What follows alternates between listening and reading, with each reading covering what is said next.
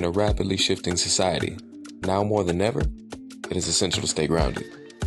Balance is key, but harmony is better. Here, we provide the keys to tap into the divine masculine without sacrificing the divine feminine, because confusion not transmuted becomes confusion transferred.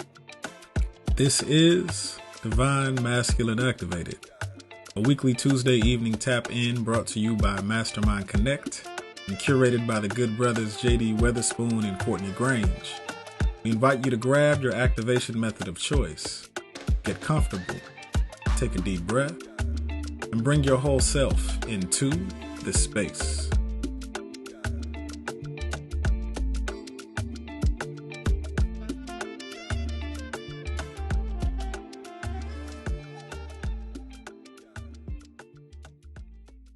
Cool. All right. Indeed. And we back like we never left. Ladies and gentlemen, boys and girls, identifiers of all ages, forms, shapes, and economic brackets. Welcome back once again to this iteration of Divine Masculine Activated with your co-navigators, J.D. Weatherspoon and that guy. I go by many names. Some they call me to my face. All right, nigga. Anyway, how you doing, bro? I'm good, man. I'm in a good space. Other than this fight I got with this wasp on my balcony, everything is peace and love. And I'm excited about today's episode. Like, the guest we have today is probably one of my favorite people from time. So I'm hype about this one. All right, and so to give a bit more color and texture to the people in question, goes by the name of Divine Bradley. He also, as I'm sure, likely has many other names. Some may actually be called to his face, whichever one he decides to show that day. Multifaceted being that he is. What are we even about to get into? How would we set the tone for the nature of it? So keeping in the theme of alt-blackness that we are talking about this season, right. And as we've done, from time with what we do on the show, we always try to give examples of what it is that we're talking about in real human form. Like, not just this book we read or this experience we had, but like, here's the human individual where this experience or this understanding can be best described. And when I think about alt-black, like our guest today, Divine Bradley, this divine is alt-black in a sense. The best way I can describe Afrofuturism, bro. Afrofuturism. And so this episode is going to be all about what we call the portal posse, right? Because a lot of push because for the most part, when you look at masculine and feminine energy, what happens when they're in balance is they often create a portal, right? To whatever. So we talk about the masculine being the container, feminine being what grows out of it. But the soil that's in the pot is, in a sense, of a portal, right? Because something's coming out of that previously was not there. And Divine is probably one of the people I've seen and felt like portal jump through his life in a way that is just like a way of living that makes so much sense, but so many people don't ever explore.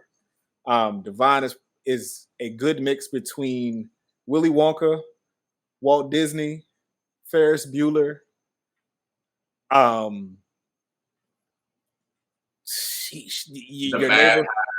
Mad Hatter. Like, for sure. Like, when I see him in the top hat with a monocle. And part of his face needs to be like mechanical. Like, he's almost like an android. He is his own experience in that sense. Yeah. And so the good brother Divine Bradley is with us today. We would love to bring you into the space, bro.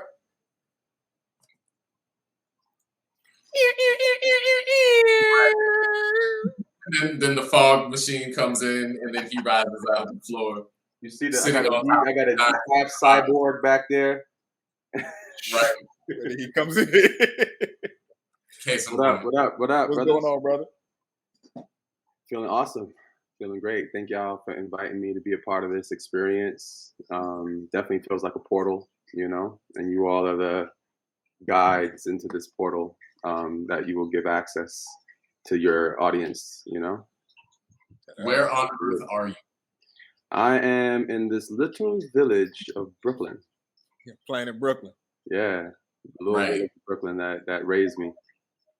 Yeah, it is. What part of Brooklyn? Get specific. You gotta call it out. You know how it is. Well, in these times they call it the Flossy, right? They call it the Flossy, but it's Canarsie. I mean, they really call it the Flossy now? Yeah, you got people like, you got like, artists like Pop Smoke, who's from here, you know what I mean? And every time he like salutes the hood, he always, talks about it as the Flossy. I mean, young people out here call it the Flossy. It's probably maybe like a 10, 12-year-old, term, Flossy. See? You know what I'm saying? But my family is still out here. Yeah. And this is what you get when you have someone who like is a world experienced person, but knows where home is. They still have an intimate relationship with it. So he's dope. Yeah, I live in the north, but coming down here for the summer and spend some time with my family, get grounded, be with my fam. You know what I'm saying? This is really important. And where in the north? Be specific with that. Yeah, beyond the wall. Yeah, or no? I'm beyond the wall. I am beyond the wall. And where might that be? In Vermont. Vermont is like such an elusive state. To say the least. It is. I used to think Vermont was so far, so far away. It's like 3 hours from NY. 100%. But until getting there and having to travel back and forth, I'm like, yo, this place is up the block. You can sit in traffic. You can literally sit in traffic from Brooklyn to Times Square in the same amount of time it would take for you to drive or take a train up to Vermont. That's a point right there. You really could. Yeah, it's all perspective and time. Like for me, back in the day, I still do it now. Like I would holler at a homie and say like, yo, let's go to this place in Midtown or Uptown and go grab some food. And when we get out there, it'd be a long line, right? But that's a whole part of the experience. You go on this excursion, you stand in this long line just to get this thing you want. But like nowadays, people be like, nah, I'm not trying to go too far. I don't want to stand in the line. If I can't get it quick, I won't do it. And for me, it's like it's the same concept, right? Like if I can go far, pilgrimage for something that's high quality, then it's worth it. That's just what it is. And to me, I think that's what Vermont represents, at least at this point in my life. You know what I'm saying? Like I get quality of life. You know what I'm saying? It's the right type of balance I need around me environmentally. Yeah. You said what? So before we go too far into the paint, right? Pull it back up to the primer, so we know who we are speaking to, and the good peeper outside, they know who you is. So like, if you will, give us your origin story. Like, who is Divine Bradley, and how did he get here in this moment? Yeah. I'm a father. Let's start with that. I am a imagination guide. I help people to tap into their greatest potential and help them to actualize what's there. And by having them design projects and create things to see their greatest potential. And I've been doing that for some time, like I'm currently in the house where I started a community center when I was 17 years old in Brooklyn for young people. That was more like a speakeasy of possibility. And I've been doing that for some time. You know what I mean? Hold on. Did you say a speakeasy of possibility? Yeah, basically. Cool. We're going to come back to it. I just wanted to give it a second to breathe. Continue. It might be a lot of that. Of that. I'm just, I'm speaking me right now. You know what I'm saying? Yeah, man. Yeah, but that and I'm Belizean, you know what I'm saying? Raised in Brooklyn. And I'm a possibilitarian, long and short of it. That's 2 in less than 30 seconds, my G. We're gonna have to put like a ticker. You have to create a glossary, a sorcery. We gonna get to do some. We gonna get to do some real fancy footwork on the digital graphics for this episode because you give it us everything. Cool. Yeah, what is a sorcery? Sorcery.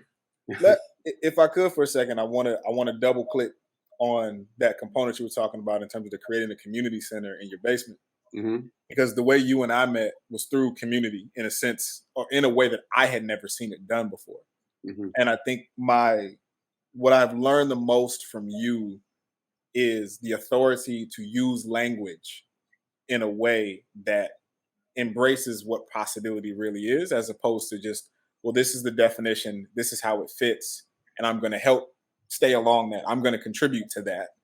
Your language has always been transient, meaning it moves culture, it moves the community versus aligning with community, but it does it through alignment with community, which is always the interesting part. And so I wanted to, if you don't mind, because and I know you've shared this story tons of times, but like the community center that you built in your mom's basement, Mm-hmm.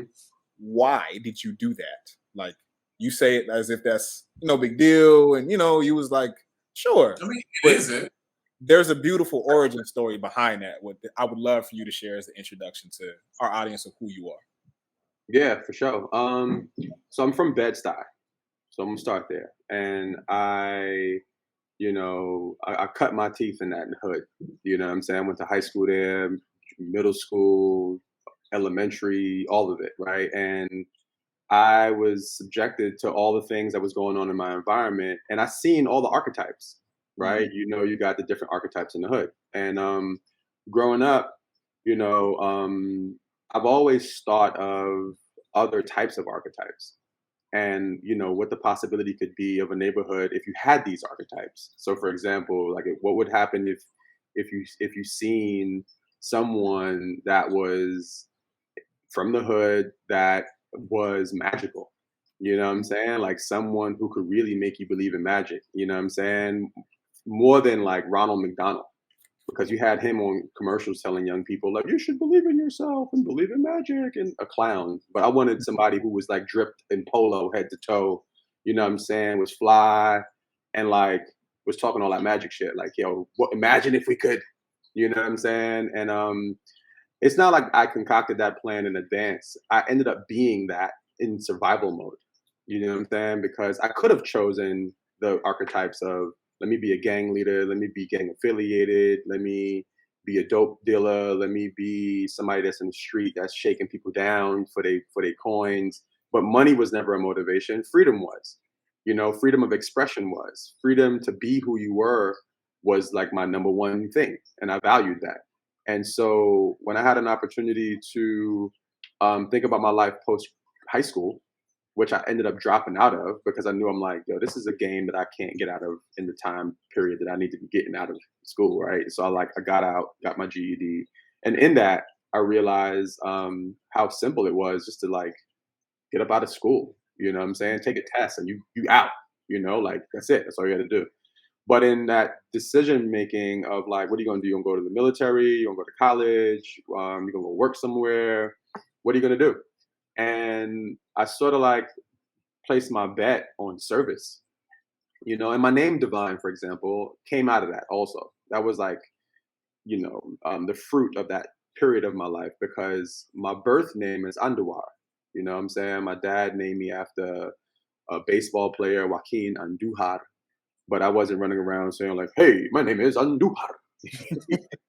You know what I'm saying? So my fam called me Andy for short, or Andu, or Andujar, but I still couldn't. I didn't. It just didn't flex right in the hood. You know what I'm saying?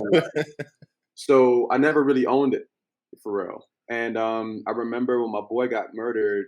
I had went to his funeral, and it was like my second time in a church ever. And in that experience, the pastor was saying, like, if y'all don't turn your lives over to God, then you're going to end up in this same predicament. Y'all need to get change. And at the point, he was really like pumping that fear message into a lot of people. And I took it. And the only thing I heard was, y'all, you better find God. So I was looking for that cat. Like, I didn't know who God was. I was looking for God. I thought this whole program was ran by ancestral forces and we was good. The only thing that made me think of a higher power as a child was like pregnant women and mangoes. I'm like, yo, who made this shit? Like, how? How did that work? You know what I'm saying? I second the mangoes. I definitely second the mangoes. Right? So anyway, in that journey of like looking for God, I walked, I went everywhere looking for God. And I had some old heads on my block, because just imagine some old heads that's sitting on a crate in front of a store, and they betting on which cat going across the street first, like that type of scene, right? Drunkards. Wow. And I would go to them asking them questions like, where can I find God? And they would tell me, like, go down to this storefront church, they might be good, or go down, And I went to one particular church, did my Bible study thing, and I remember asking a question. I was deep into it too, man. And I asked a question. I was like, "Yo, so what's up? Why these cats got belly buttons? Why Adam and Eve both got belly buttons in the picture?" And like, it turned into a thing, a real debate. And I remember the outcome of that was that, well, you got to believe, son. And I'm like, but you still ain't giving me no logic. I need to understand how belly buttons work. So truly, I want to understand. I want to. So they were like, you better go. You can find someplace else, and you can ask them questions. So I left, and I went back to the old heads, and the old heads was like, well, you need to go to this other church. Went to a bigger church. And while I was there, I had mad shorties up in that spot. You know what I'm saying? I was like, all right, I think I found the place that I need to be in. But even being there in Bible study, I was asking questions, learning about Jesus and Moses and all these cool people. And I had asked, like, all right, well, if I'm going to be down with this set, can I believe in dinosaurs? And that's when they remixed me and was like, well, in one version of the book, they mention it, but in the other version, they don't. And I was like, a version? What? What do you mean it's a version? Long story short, I ended up going to like temples and tabernacles and synagogues and mosques. I went everywhere looking for God. Everywhere looking for God. But what I picked up along the way was like, yo, the stuff that this dude Confucius was doing, and Buddha was doing, Jesus was doing, and Moses was doing. I'm like, yo, this what they did was dope. They did was dope. I don't need none of this stuff. I don't need the set tripping. I don't need any of that. I started going to like interfaith spaces and retreats and learning how people could just like speak to love and speak to service and speak to giving. And it was in that journey, I was like, yo, it's about being divine. It's about being that light. It's about being in service of others. It's like, despite anything else, no matter what's happening. And so I basically took all of that and wove it into my everyday expression with people, right? Like I always wanted to help, always wanted to serve by any means necessary. I looked for the biggest problems to solve. And I knew how important creating community was to making that real. And so that's where divine kicked in, you know what I mean? Because like the word I was reading it, it popped up. I was kicking it with a lot of Muslim brothers and sisters and a lot of the 5%ers, and they had a whole culture around. I met mad divines. You know what I'm saying? But it was more of a logical perspective of being divine, like the black man is God. And I was with that, you know what I mean? But then realized also like, the principles of love is universal. And it goes beyond just human beings too. It's like having love for all living species, having love for your community, having love for keeping, when they say like cleanliness is godliness or whatever, it's like, yo, that applies to the way our hood look. Like this, should it be shabby? You know what I mean? So anyway, my goal was to just create a crew of young people and help them identify their skill sets, their magic, and say, I don't give a fuck if you break dance, if you do graffiti, if you could fight, whatever it was. Like, let's use that as your skill set that we're going to develop and use that to make a transformation in the community. And I was 17 at the time. It was like, yo, what you got? What's your superpower? Remember like Transformers, like all the Autobots, they all had a thing. They had that one thing. And so I created this thing called Project Focus out here. Before it was called Team Revolution, and Focus stood for freeing our community using skills. That's it. So if like you did graffiti, how are we going to use that to make a change? And how do you measure that? A word, you sing, you rap, okay. How can you use that to make a difference in your community? And so that was my program. Did that, and I wanted to hold space. That's why I call it the speakeasy of possibility. I wanted to create the development center. I wanted a creative zone. If you were inspired, you can now get the tools, the resources, be surrounded by like these professional aunties and uncles, i.e. my peeps, my homies, and like go out there and do services. And so you would get deployed. And I've been running that model since, in my thing. And man, so that's been my joint. But like as I'm about to turn 40, I'm about to embrace more of this who I am really, which is Anduar, which is like that's my grandma called me that, my mama called me that, my cousins call me that. When I go back to Belize, that's what they call me. I mean, divine is not like it's not a noun in my when you say it. It's an adjective. You know what I mean? When you change your name, when you change in what people acknowledge you as, it changes the game. I mean, you know, y'all know, This is true. y'all know. So yeah. So you know, being super duper comfortable in my own light. You know what I'm saying? Has been the game, and learning more about what my light can do and the colors of my spectrum and every hue of it everywhere I go. So like that's just been my journey for the past like 22 years. You know? Is that a cool origin story? Is that I mean, there's a lot that happened in that origin story, but one piece I would like to mention is that when I did leave school, I did go to college for like a semester. And I went to Baruch College for real estate development. Because I had this like hunch that the world I need to be in is to be a world builder. I gotta be a world builder. I gotta create space. But then I kind of said, you know what, let me get out of the books and let me get into the practice and just jump right into the practice of like what it would take to build worlds. And then now I am full circle, in graduate school. Grad school. By the time this airs, I'm probably done with it. Or no, I'm gonna be in it my last semester. But like I'm in full throttle world building. That's where I'm at. That's dope. Yeah. And everybody, this is why the good brother's with us today. This is why we do what we do here, to bring folks like this in live living color of what we are talking about. So thank you, brother. You got it, man. That was divine, though. Yeah. This is divine. I mean, the gathering right here is like 100%. We were just talking about you at that moment. Yeah, for sure. Yeah. So you got it? Go ahead, Daddy. Yeah, no. That's cool. That's cool. Number one, like, let that one breathe because that was a lot. But I think for you, it is, even before you're aware of it, the tendency to say yes to life and just be open, right, to what the adventure is. Courtney and I often go back and forth. There's this one comic on IG that we used to like to post a lot. This cat named Nathan W. Pyle. And one involved baby, right? And of course, it was doing as young children do, which was knock stuff over. And so the parent one said, if you continue to make chaos, I have to continually find ways to bring order to it. And then the baby's just sitting there in the corner, throwing some new shit in the air, like on its back, having the time of his life. And it says simply, chaos is how I learn. It's also often the trampoline to truth. Furthermore, 100%, right? So, how does that apply to the way that your life-size speakeasy of possibilities function? Yeah, well, I kind of want to go back to like when I was in when I was trying to get out of high school and I was trying to get my GED. I knew that there was this arrangement to get your GED, right? Like you had to go to a program, take a predictor test, and if you pass your predictor test, you can get signed up to take the actual GED. Yep. I remember taking this predictor test and failing the predictor test.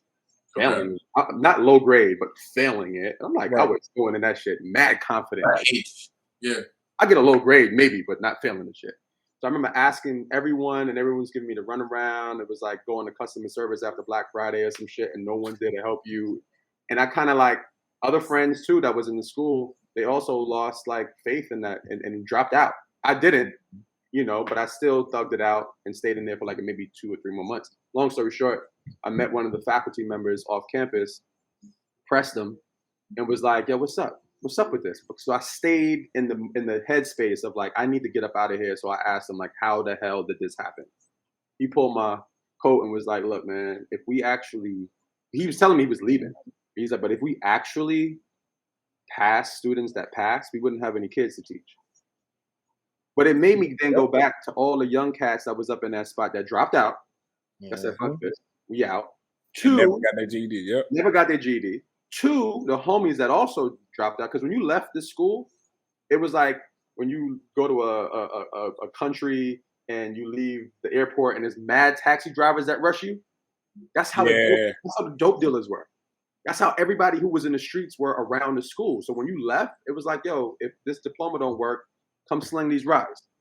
Come help, let's, be a jack boy or something like that. And so the reason why I use that as an example is that there's a framework, which is like ideas produce arrangements and arrangements produce effects. And so the way that school was having an effect on students, the arrangements was designed for those effects. It was designed for people to say, fuck that, I'm out. It was designed for people to say, because I grew up in a neighborhood that was one of 7 neighborhoods that were a part of this prison pipeline to fill up all the prisons in New York State, post when all farmland and agriculture left New York State. They built, every county got big prisons, and they pipelined people from New York City. And so they made conditions the way they were in my neighborhood for it to be easy for you to go to jail. You know what I'm saying? And I peeped that when I had that encounter with that faculty member. And I was like, same word. All you got to do is set up an arrangement to produce these types of effects. Oh, I want to do that. I want to create worlds where I can design arrangements that produce effects that are more positive. Like I'm like, oh, my space has got to be like a weapon of mass construction, mass productivity. You know what I mean? And so when we talk about like, what's the term you use? What's the term you use? Chaos is how I learn. Like chaos is an arrangement. It's an arrangement. You know what I'm saying? If you create that disorder, people have no foundation, right? They don't know how to maneuver in it, right? When me, I like to stir the pot. You know what I'm saying? Let's stir the pot, get away from the arrangement for a second, and let's create a new arrangement that produces a new type of effect. I'm sure, like, if you ever get in a space of, not confusion, but if you get in a space of chaos, and like, let's say if you got your family with you, your loved ones, your children, or whatever, like, you do a thing where it's like, all right, we've noticed that things are going crazy, but let's calm down. Yep. Look at me, stay the course, and let's maneuver through this situation. And it's the same thing. It's like, there was mad chaos in the hood. There was mad chaos in schools. There were mad chaos in people's lives. And I was like, if I can create space that can quiet the noise and people focus on things that they loved, then they can maneuver through the chaos. Yeah. You know what I'm saying? Like, you don't got to adapt. You have to adapt, but you don't have to adopt the chaos into your own personal system. You got to create something that's going to make you a little bit more grounded. And I think like that was my main thing. It was like, how do we create more spaces for you to just like check out? How do you create portals? You know what I mean? Where you can just like feel like you could just run into that. It's like the Matrix, where he just like run into different place. That's it. And if we can create more of those things in plain sight, there's some safety, And so that's what I was doing, but I didn't have the words for it. I was calling them soul malls. Soul malls. I say like that chaos is how I learn component is kind of going back to the introduction that I was given for you is so much about language. Yeah. In a sense, right? Like once you start to speak in a certain way, you kind of move energy.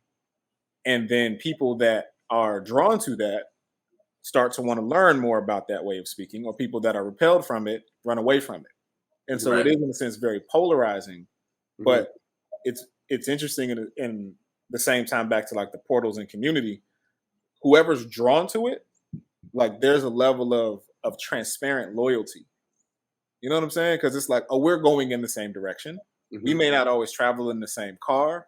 We might not even stop at the same gas stations. Mm-hmm. But like, I know I'm going to continue to see you on this journey because we're going in the same direction, right? Mm-hmm. And that has largely been for me how the chaos is how I learn things shows up. Is when I looked at growing up in life, people that are around you, you don't really understand it at a young age, but as you get older and you see like, well, this is the only person that's with me from this time period of my life, or this group is all over there now and I'm over here. As you get older, I've started to pay attention more so to who actually is moving in the same direction as I am, and it's become a lot of my most healthy relationships. Um, I know for you, coming from these environments in Brooklyn, but having roots back to Belize, there's a component of that Yeah. background that influences this, Mhm. right? Either unknowingly at first, but then at some point it was like, click, oh, I was nurtured for this, right? And so I wanted to ask you in that sense, like outside of the chaos that you've been able to identify, learn from, create portals through, right? Create possibilities through in your own life. Give an example of one of those things that wasn't your experience. Like you realize that things that happened for the generations prior to you are what led you to being able to have these set of eyes, so to speak. Yeah, I mean, at some point for me, I remember there was a switch that went from like survival to thriving, Mm. and like who you gotta be to survive and who you gotta be to thrive is two different, Totally different motherfuckers. totally different cats. And some people who are like married to the block or married to the trauma or married to the, or not say married, but like just connected to like Yeah, that, Attached. huh? attached. Attached, umbilical corded. um, yeah, like I could see people just constantly subscribing to the survival mode, right? Because they want to be with their peeps, they want to pull their people out, they want to, you know. But who you have to be in that space requires a totally different set of like faculties, man. And when I started getting into a space of who I need to be in order to like inspire in with masses, you know, it required that I needed to take on new things, and then I knew that lifestyle wise, it'd be so different from some of the homies I grew up around. You know what I mean? Or like even my own family. You know what I'm saying? So I had to do it in a way that because I used to have a lot of survivor's guilt. Straight up. Like if I had a trip someplace or if I was sitting around a table with a lot of dope people or whatever, I used to always want to bring my peeps with me. Mm-hmm. You know what I'm saying? And that held me back for a long time, you know? And I had to go through a period of my life of like, oh, I can't really do more for myself because I got my peeps. Right. Until You you know? get to a certain space, you can't really handle you. Yeah, but being a father Right. helped me press the fuck it button on all of that. You know what I'm saying? Yes, It's like, indeed. yeah, fuck out of here. I'm like, I got my children, B. It feels so much different living and thriving or even surviving for your children. Like survival for my children is different from surviving trying to like maneuver through the hood. Yeah. Well, the umbilical cord changes, you know, like whatever you are tethered to prior to those children. Yeah. Regardless of what you do or don't do, it changes. Yeah, Period. for Yeah. sure.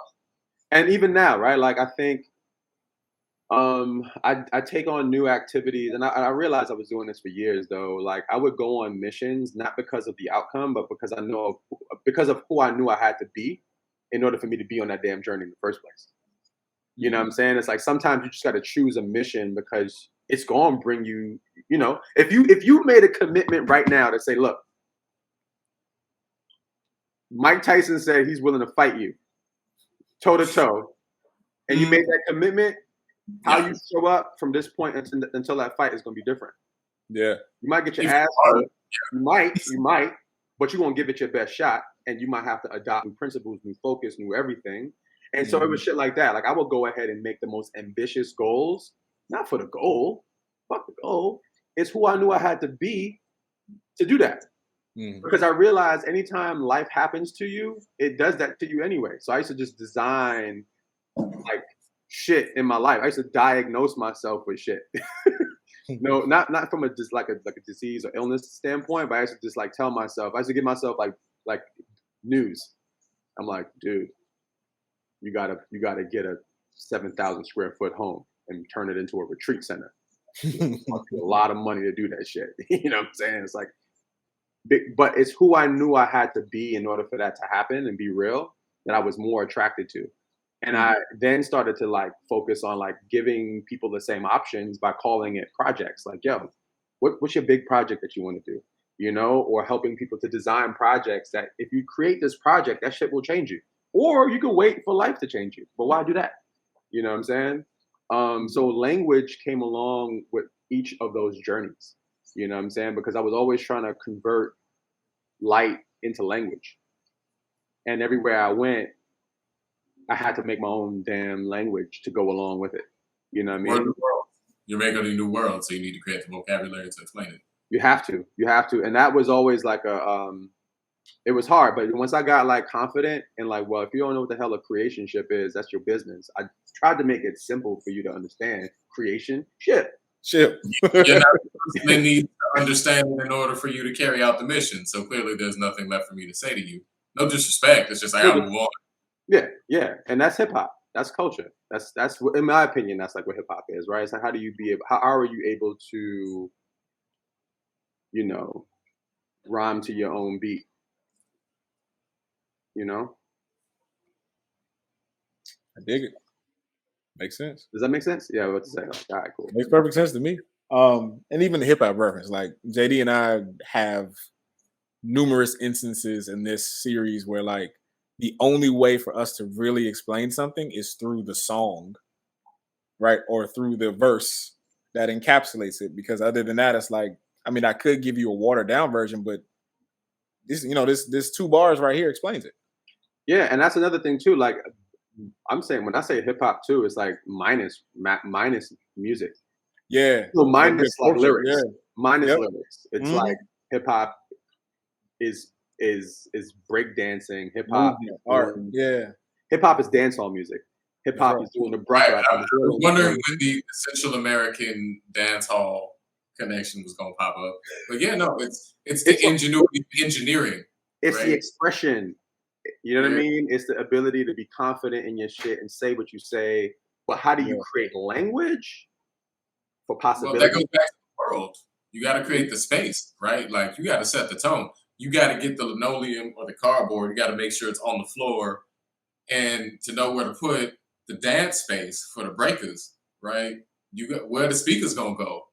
Where you gonna set up the mixer? Where you gonna plug it into? Is there electricity in this building? Yeah. There's a light pole outside. Let's get an extension cord. Right. Now, make sure you do it right, because you might blow this shit up and set the tenement on fire. Fuck the tenement on fire. You might fuck the party up. Like, we can't move if you fuck that. Oh, and by the way, like, while you're doing it, go call sister and them, because them plates she made the other day, that fried fish, that need to have it right over here so we can fund this joint for next week.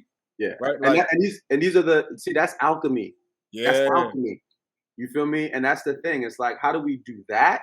Yeah, where the output is productive and constructive, but people have co-opted our culture and turned it into a culture of destruction and mayhem. You know what I mean? And same shit. Yeah, same shit. Just run the crank in a different direction. That's it. It's a different arrangement for a different effect. You know? Yeah. But, you know, for me, my whole thing is I can go anywhere on this planet. You know what I'm saying? And the space I hold is it's the space I hold with me and my source. And it's not about today's times. You know what I mean? My shit is in a whole different, it's a whole different time machine. And whoever shows up to it, whoever's attracted to it, you know, like gets attracted to it. I attract a lot of people of color in my world in Vermont, as much as I would people who are, you know, who identify as white. You know what I'm saying? Because there are people who don't even identify as white. You know, which is a whole nother layer. It's made up. All that shit is made up, but we don't, you know, all of it is made up. But the point of it, those constructs of today's times, right, is what it is. And I think like you just gotta like, you know, the way I see it is like if you keep dripping water in a cup of coffee over the course of time, it's gonna be a cup of water. Mm-hmm. You know what I'm saying? And that's how I see hate. That's how I see negativity. It's like you just got to be consistently lighting and loving yourself and loving the world through that. So, yeah. You know? One of the languages, like I have my own lexicon with this shit where like I call myself a prism. You know what I mean? Where we all are prisms, right? Light moves through us, inspiration, whatever you want to call it, God. And what we see in our world, what we see is our spectrum, is our prism, is our, our the whole Roy G. Biv. Yep. the whole Roy G. Biv. You know what I'm saying? And what you see in your life is a direct connection to what you pour into your life. You know what I'm saying? And so, I'm just being the change that I want to see in the world. You know what I mean? So, like I said, I could be in fucking Antarctica, or I could be in the middle of the Congo. Like, I don't get caught up in the politics of what's happening to me in the now. Jesus infinite. Yeah. All right, Dale. So, good brother, where we want to take this thing next? Yeah, man. I mean, listen, it's still early yet. You know what I mean? So that's how. I'm enjoying this. Thank you. Yeah, listen, think fast, sip slow. Taking you to that level, you've made a few references to family over the process of not only your trajectory, but also in the way that you approach methodology, right? First and foremost, how many children do you have? So I have 3 biological children. Thank you for making that distinction. You said a lot without saying very much. I like that. How many children do you have? Like, what's the whole wow? So I have children that are connected to the parents of my children that I consider as children. That's in my. They're not my children. I don't own these children, right? They are. They're part of the love radius that I have for my children. You know what I'm saying? Like, I don't buy into the whole like stepchild shit. You know what I mean? And like, what is that supposed to even mean? But at the same time, I respect boundaries of other parents. But when they come around, they're gonna get the same light. They're gonna get the same love. And even as I am right now, single, with biological children that I love and take care of, that when I think about the future, I want them to bring their siblings and, all my people's children, right? I want to foster children, not in the case of foster children, but I want to foster the growth and cultivate the growth of our next generation of young people. I've been doing a lot from like middle school, high school perspective for decades, right? Yeah. I could say like those are my children too, but I'm just fully committed into fostering and cultivating the youth, right? And so like when I spend time with my own children, I'm always like, how do I plant seeds for the future for them? And I get excited knowing like, yeah, they also have siblings, and if they're gonna come through to decipher, they're gonna experience his love and light as well. Yeah.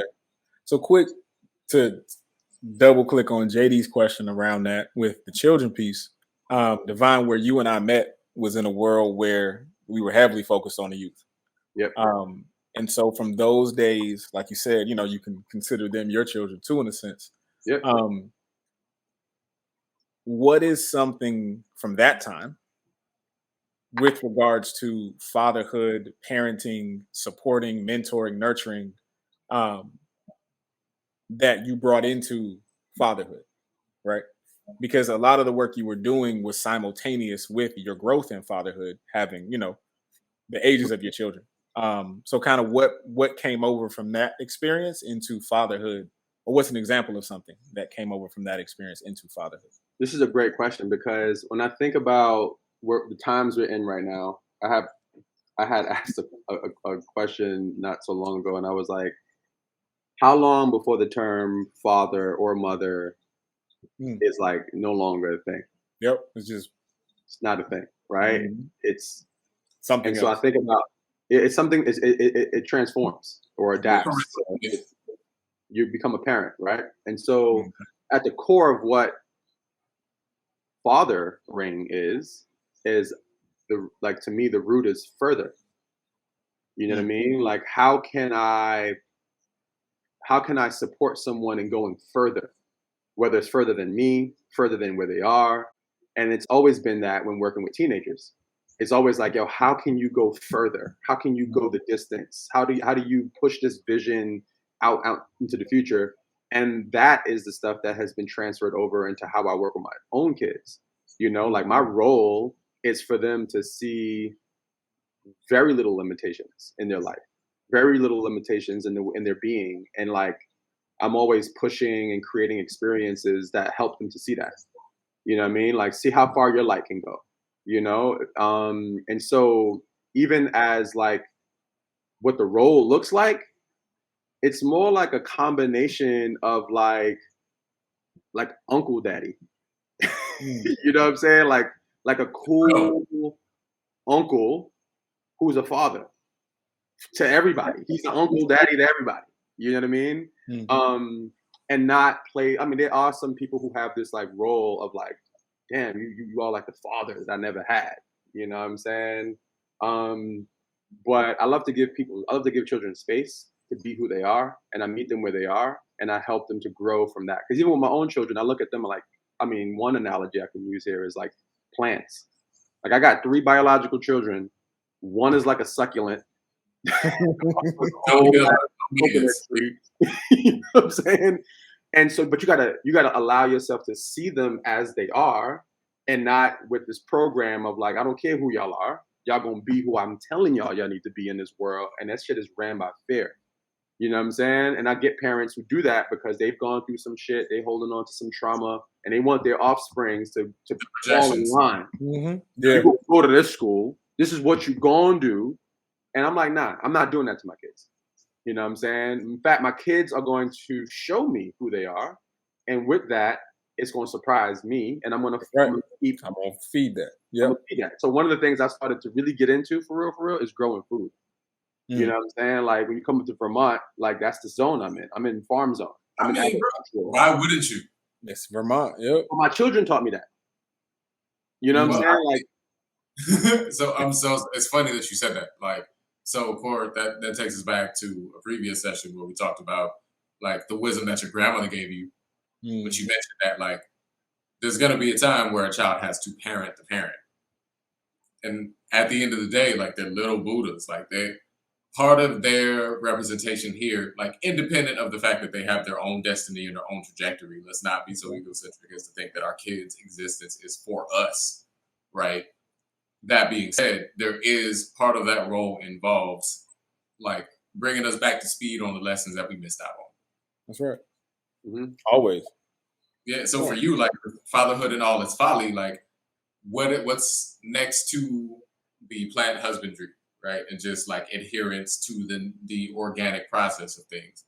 What's a major like key that you carry with you that you learned from your kids, biological, otherwise?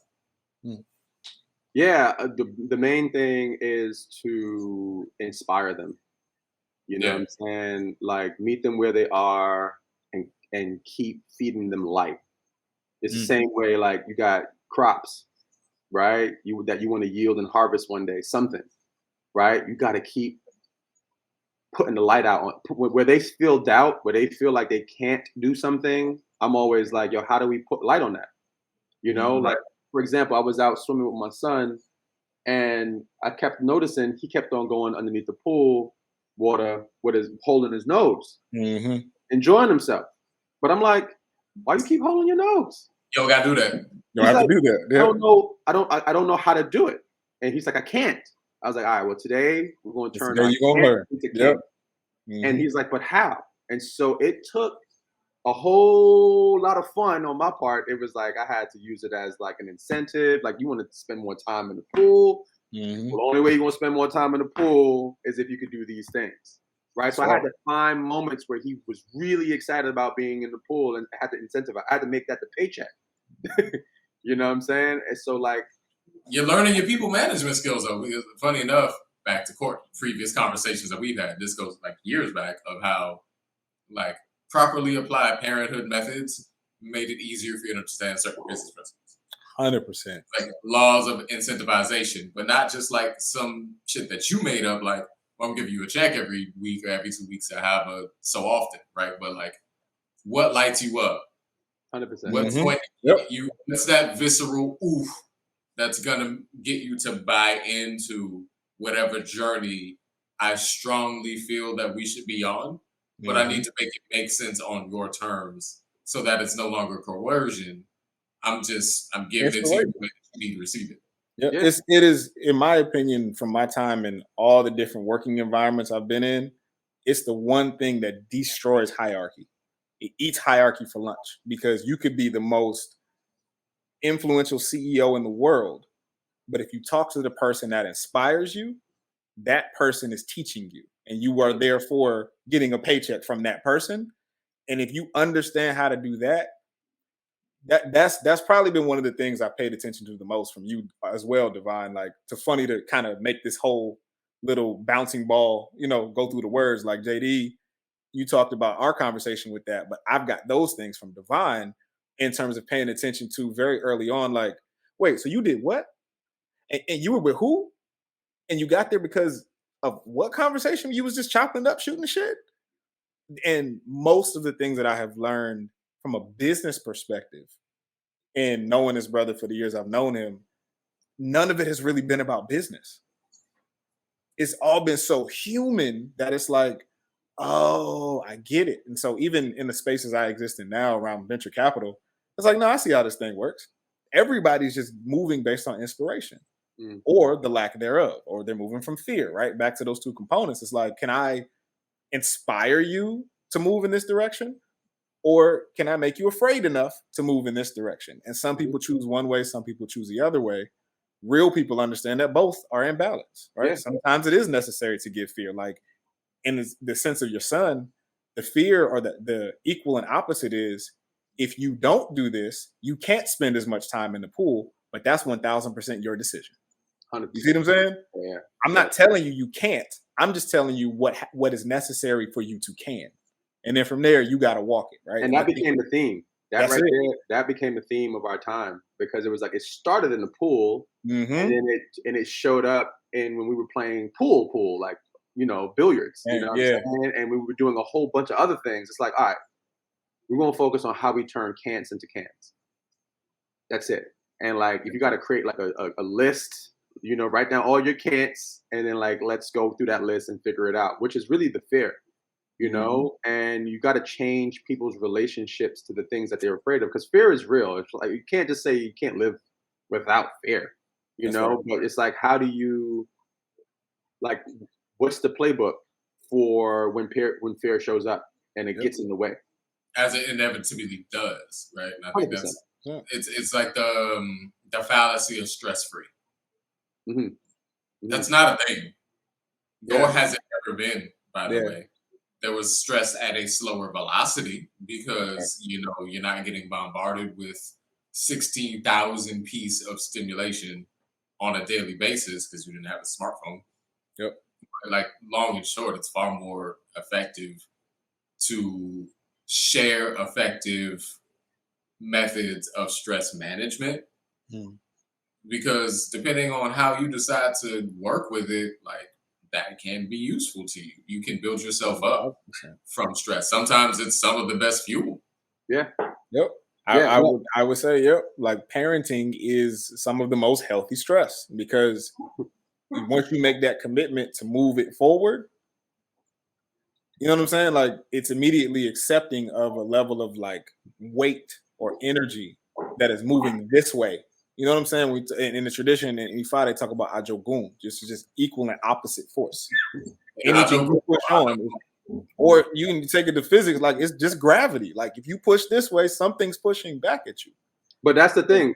That not to cut you off, but it's like how we talk about it. Even the word stress, right? Like, there's some things that are just naturally going to stress you out if you let it. It's tension.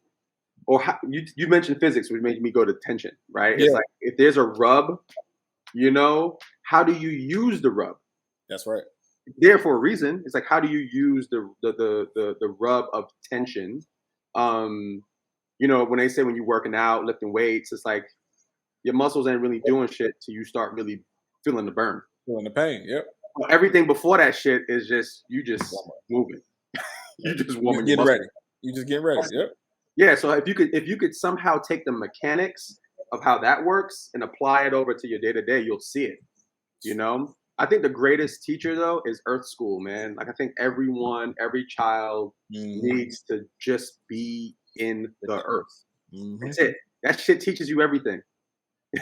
You know, so grow food, grow medicine, grow fibers, grow something. Learn how to earn More that. accurately, try to grow food. Try. Because unless you're an earthbender, no one gets it on the first try. Hell no. Well, nobody even gets it continuously. Like, you know, Right. if Let's you're talk about that. if you're a full skilled farmer, like you have bad seasons that you can't do anything about other than plan during good seasons or whatever it may be. But like, you can't stop a drought, nigga. Like, it is what it is. You can't. Right? You also can't stop a rainy season where it's like it overwatered the crop. You don't have no Well, control over it. I'm appreciative of the rainy season because the way that like this low mineral nutrient soil we got down here, like this sugar sand, I need all the help I can get. This shit. Like as somebody with a pH monitor and a composter out back, this shit is hard. It is, and that's the other thing too. Like if you said today, all right, I want to make a mango farm, you can't just say I'm gonna go to Vermont and plant that shit or make it happen there. It's environmental. You know what I mean? You gotta like. I see people, and I've done it too. Like I've had ideas of projects, things I wanted to do, and thought that I could just do it where I was at. Where I'm at, yeah. Or with the people I had around me, or whatever. I mean, if you want to back to the settings, if you want to create like that 20-foot tall greenhouse, because that's what you're gonna need. Because mango trees, like I'm looking at 4 right now. It's mango season. Which is big. They're not small. Nope. If you want to create the infrastructure for it, you can try. That overhead's going to be interesting. Good luck with that. Or I wouldn't try to do mango trees down here because for what? But that's what I'm saying. Like, how do we take? You don't have to go too far. You don't have to look at any businesses. You don't got to look at any business models. You could look at the model of creation that comes straight from Earth. 1,000%. You know what I'm saying? Like, one thing I learned being out there is like, yo, depending on crops you grow, you will attract a certain bug out of nowhere. Nowhere. Yep. You know what I'm saying? Like, speaking my language, sir. You know what I mean? Like, but that's the other thing. Like, depending on what intention you're trying to manifest, you will attract a certain type of bug.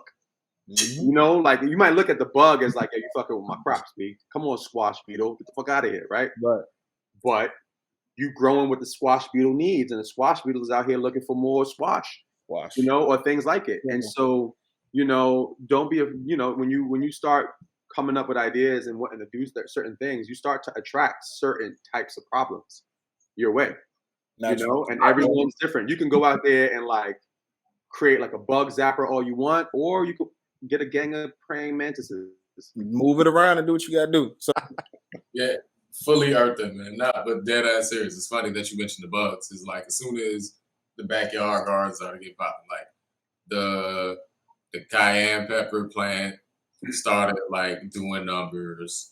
The lime and lemon started booming, like the caterpillars, the white flies, like all that. It's like, dang, like praying mantises. I didn't even think about that shit. Like, and I love mantises. How did I not think of the mantises? That's fun. It's shit like that. This is stuff I think about now. I'm like, yo, if you could get to the point where you could start printing your own money by way of making crops and growing food and growing medicine, like just think about another pandemic. Just think about it, or just another wave of that shit.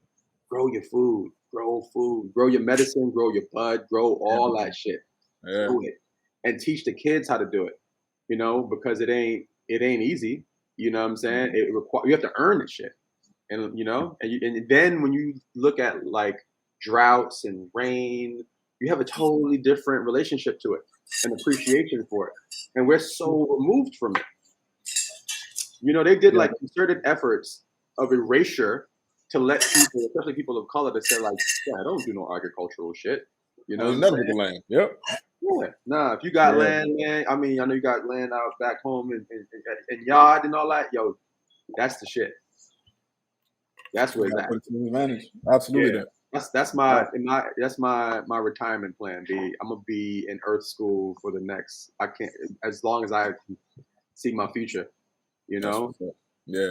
But I think Vermont is like the perfect place for that because I know like even if people don't understand it, if it feels right, they'll kind of like back it. Yeah. And I'm working with some players out there right now on like something really special. So I got to manifest it fully before I really talk about it. But it's what I'm, put it out into the universe. So on that note, as we begin to close this thing out, Right. tell us, tell the good people where they can find you, what it is that you're working on, if they want to follow this journey or be a part of it. Like, what's the best way to get into orbit?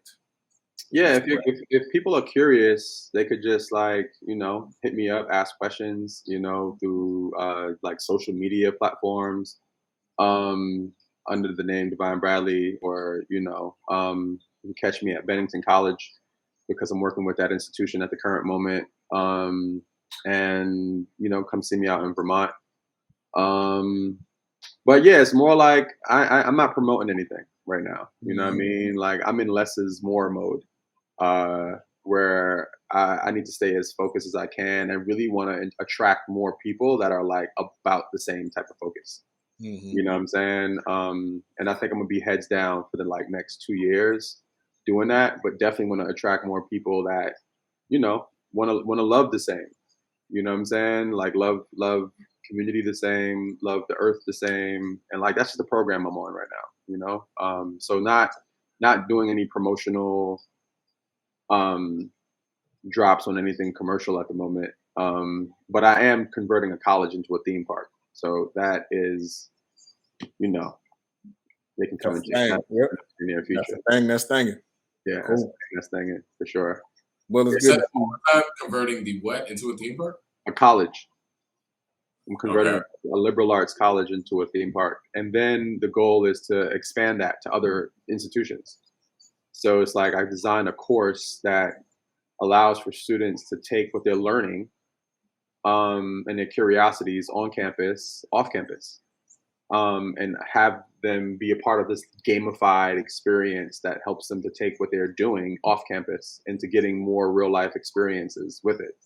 You know what I mean? So learning how to do specific things around tools that they are looking to work with or skill sets that they have, but creating these simulated games that they can earn points while they play is my thing right now. The name of it is called Prototypia.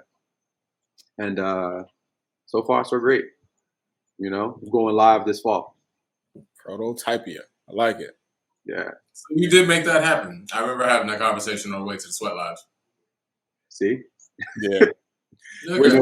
Yeah, everybody, the way that the three of us met was during the Sweat Lodge.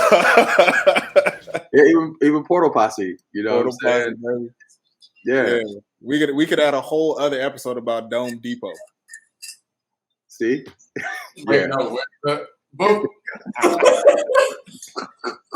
By the way, I call that particular establishment my baby mama, because I don't my partner is there's never going to be a court involvement, and so I say the way that the universe put me on child support is just sending me to Home Depot. Home Depot.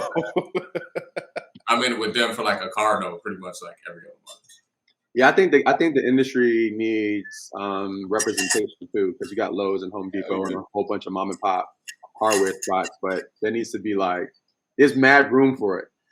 Absolutely. I mean, that's connected back to a lot of the work JD does with Camping to Connect, right? Like everything that is earth-based, we don't have as much representation in, even though it really did come from us, and we've been doing it since been doing it. Whether it's building and designing, camping, farming, the great outdoors was a Black thing well before any person of a lighter shade got even access to it. Mm-hmm. You know what I'm saying? So all in the same, all back to the earth, for real. Yeah. Yes, and my final point before we actually wrap shit up. When you adjust for inflation, people who hiked the Underground Railroad were essentially through hikers. Yep.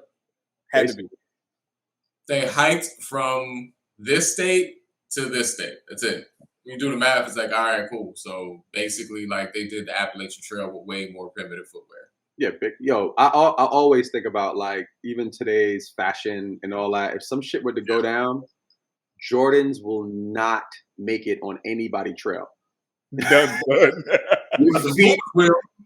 Huh? Them Pumas gonna do it though. Oh, yeah.